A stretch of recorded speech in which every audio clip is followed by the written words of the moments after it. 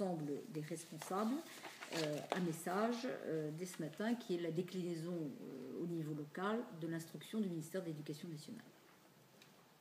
Je rappelle que le 11 janvier, comme vous évoquez, il y a eu dans toute la France le même jour des rassemblements organisés.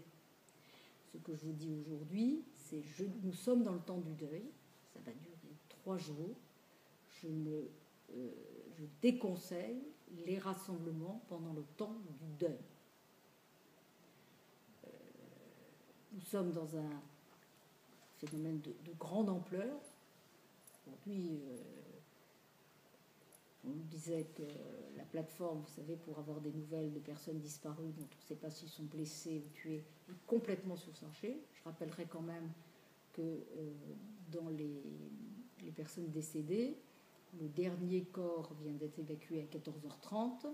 Il est clair que, si vous voulez, les corps ont été transportés de la fin de matinée jusqu'à 14h30 à l'Institut médico-légal.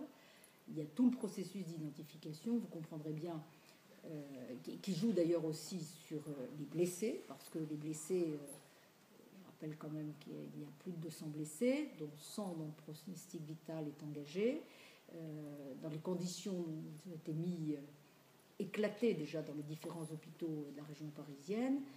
On n'a pas toujours fait le relevé d'identité. La priorité était bien évidemment de soigner.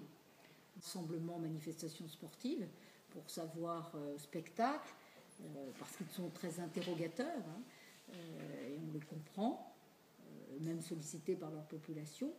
Et donc, l'urgence pour nous, c'est d'abord ça, plutôt que d'encadrer forcément des rassemblements improvisés.